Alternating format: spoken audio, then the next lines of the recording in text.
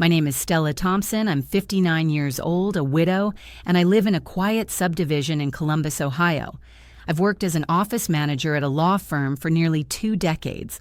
I raised 2 children, Peyton, my daughter, who just turned 32, and Parker, my 29-year-old son, and I spent almost my entire adult life making sure they would never have to struggle the way I did.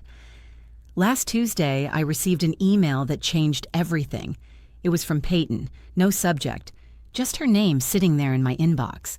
I smiled before opening it, thinking maybe it was a quick update or a sweet note before her big day. A few weeks ago, we had discussed her wedding plans.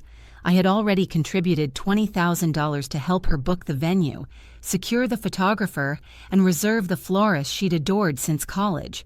But when I opened the email, my smile vanished. Mom.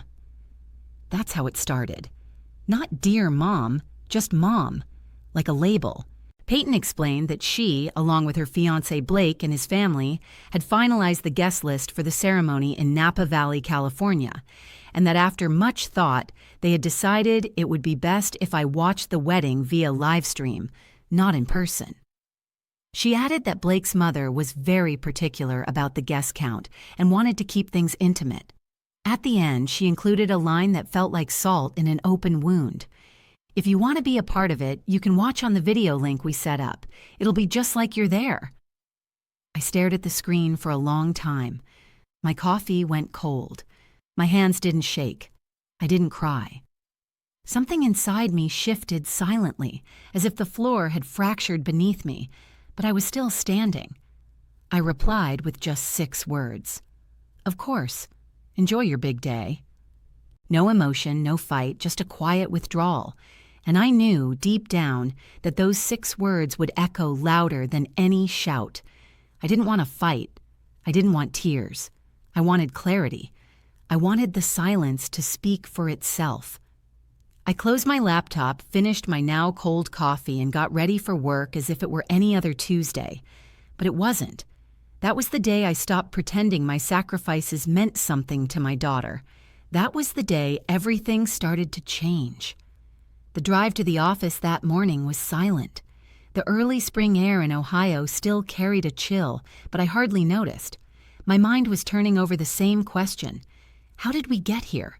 I've spent 18 years working at Walker & Associates Law Group. It's not glamorous, but it's stable.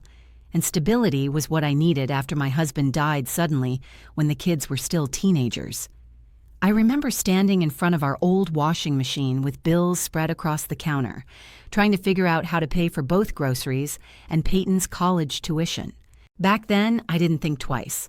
I gave up my weekends, took extra shifts, canceled vacations, skipped birthdays. I told myself, there will be time for me later. There never was. Every dollar I saved went to Peyton and Parker. When Peyton changed her major twice and needed to pay for more classes, I paid. When she moved across the country for a short-lived job in Austin, I covered her apartment deposit and her plane ticket.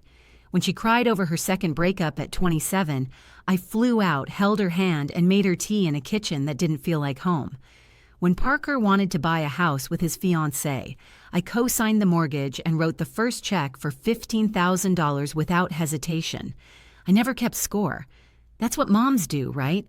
But that email made me feel like a transaction, like I had been useful and now I wasn't, as if I had an expiration date and it had just passed. Back at the office, my boss Gavin peeked over my desk. He's one of those rare men who remembers birthdays and how you take your coffee.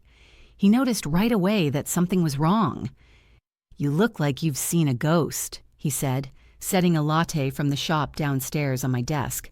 I wanted to tell him, wanted to say, my daughter just uninvited me from her wedding. But instead, I smiled and said I hadn't slept well. He didn't press. That small gesture, the coffee, the silence, almost broke me. After all the noise in my head that morning, it reminded me that I still existed, that I still mattered, even if quietly. Around lunchtime, my phone buzzed. Peyton again. Her name lit up my screen like a spotlight I didn't want. Voicemails, text messages. "Mom, please pick up. We need to talk. This isn't funny." I didn't listen to any of them. Not yet. I just sat there sipping my latte thinking, maybe it's time to stop being the one who always answers. Maybe it's time to stop being a character in someone else's story when you're not even allowed on stage. That afternoon, I made a decision that would shake the ground beneath all of us. I wasn't going to scream. I wasn't going to beg. I was going to do something much more powerful. I was going to act. After leaving work, I didn't go straight home. I drove to a Chase Bank branch a few blocks from the office. Cooper, the branch manager, had helped me with everything from opening college funds to adjusting my retirement contributions. He always greeted me by name. "Mrs. Thompson," he smiled, standing to shake my hand. "How can I help you today?" I sat down across from him and placed my purse on the floor. My voice was calm, almost too calm. "I need to cancel a wire transfer," I said. He blinked. "The one for the venue in Napa Valley?" "Yes, that one."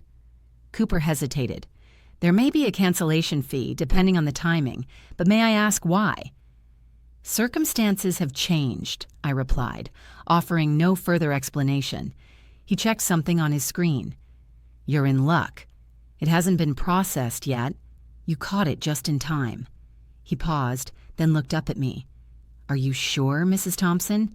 $20,000 is a significant amount." I nodded. "I'm sure." $30,000. That was the amount I had planned to send later, on top of the $20,000 that was about to be gone. $50,000 in total for a wedding I wasn't allowed to attend. I signed the necessary forms and walked out of the bank without a second thought. By the time I got home, there were 9 missed calls from Peyton, 2 from Parker. One voicemail simply said, "Mom, please don't do this."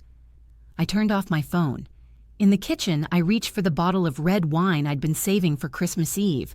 I hadn't opened it then. Peyton was supposed to come, but canceled at the last minute. "Work," she'd said.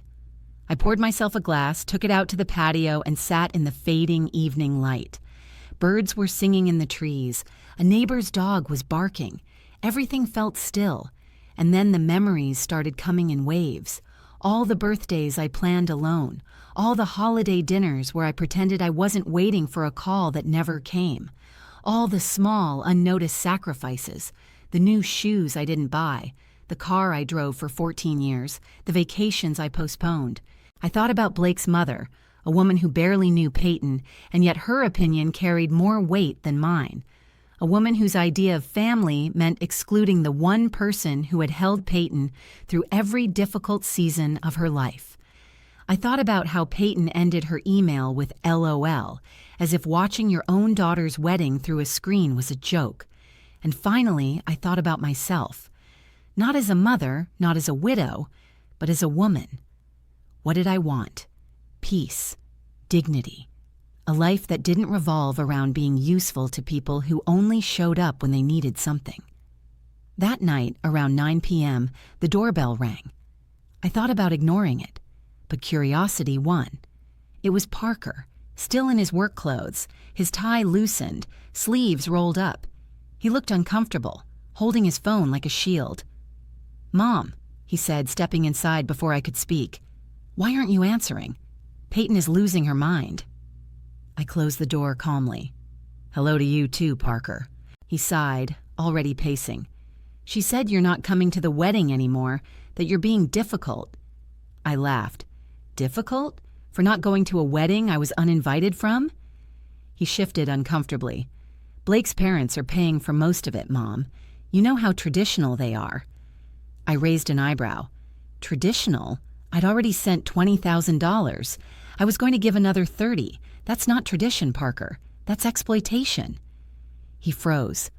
"Wait, you were going to send another 30? "I was," I said, taking a sip of wine. "But not anymore." Parker's face went pale. "Mom, they're counting on that. The venue, the catering, the—" "Not my problem anymore," I interrupted him calmly.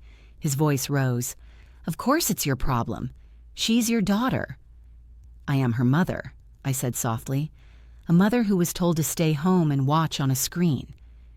He ran a hand through his hair, agitated.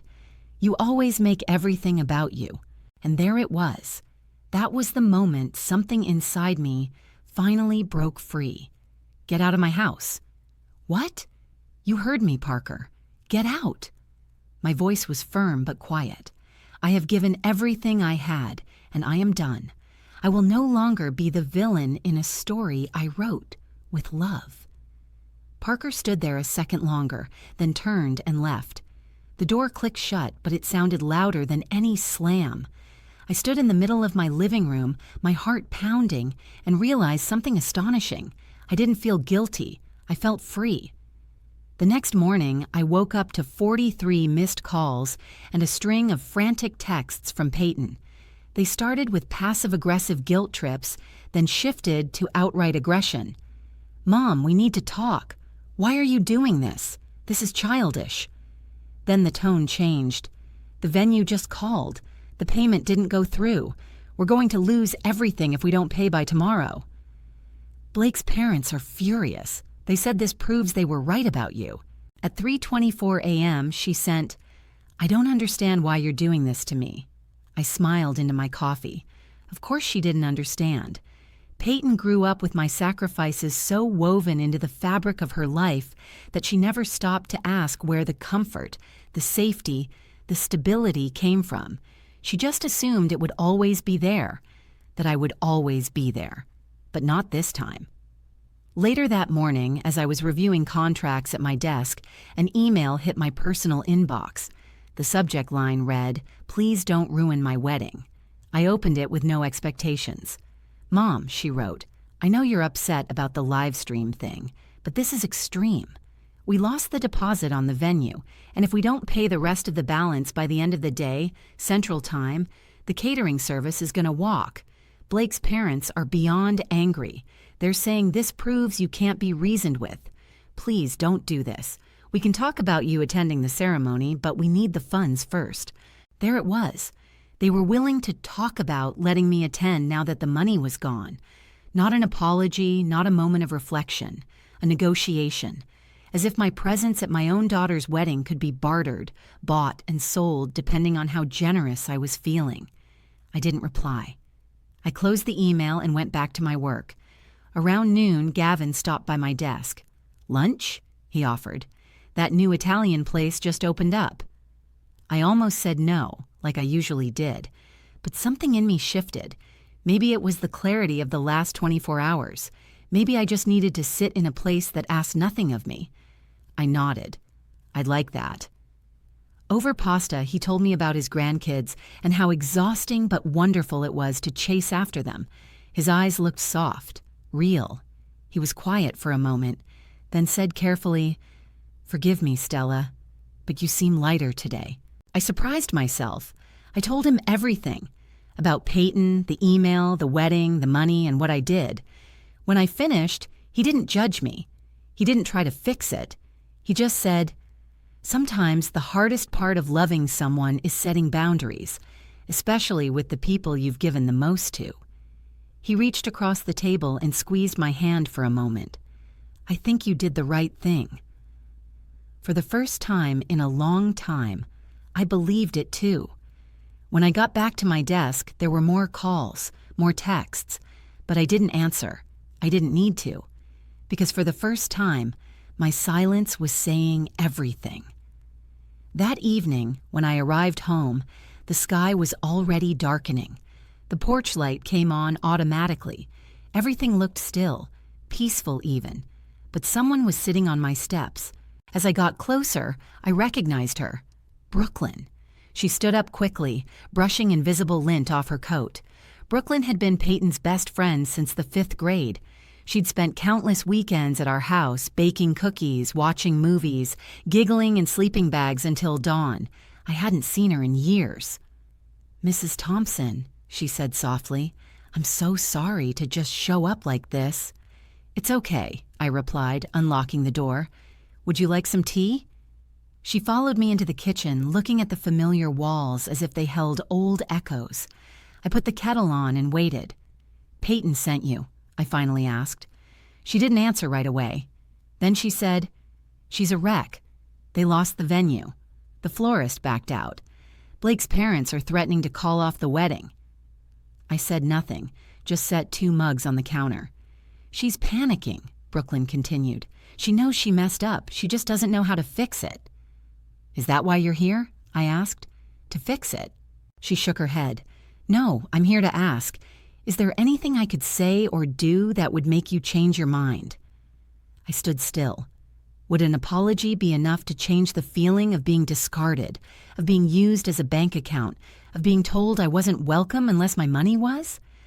I looked at Brooklyn, still young, still hopeful. "No," I said quietly, "there isn't." Her shoulders slumped a little. "Not even if she apologizes." I passed her a mug of tea. "Words are easy, Brooklyn, especially when people are desperate. But people who love you don't wait until you cut them off to finally see you." Brooklyn looked down at her tea and nodded slowly. "I understand," she said, though she didn't. "I'm sorry, Mrs. Thompson." "You have nothing to be sorry for," I replied. We stood in silence for a moment, two women from different generations, connected by a hard truth. Sometimes love has limits. Sometimes the only way to be seen is to walk away. Brooklyn didn't stay long. She didn't try to argue.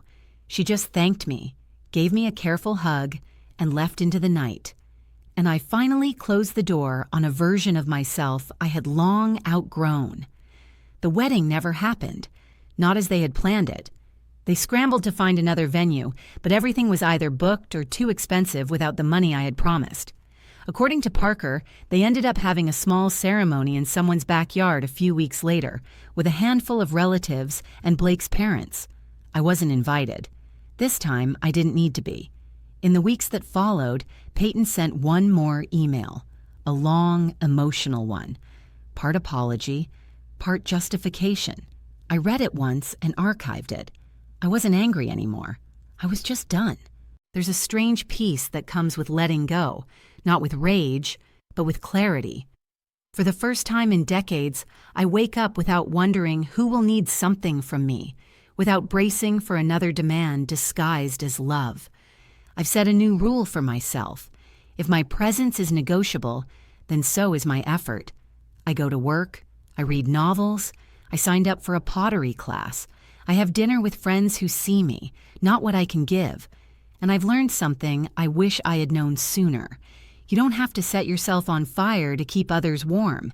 If this story resonated with you, share it, comment below, and don't forget to like and subscribe. Sometimes the strongest love is the one you finally give to yourself.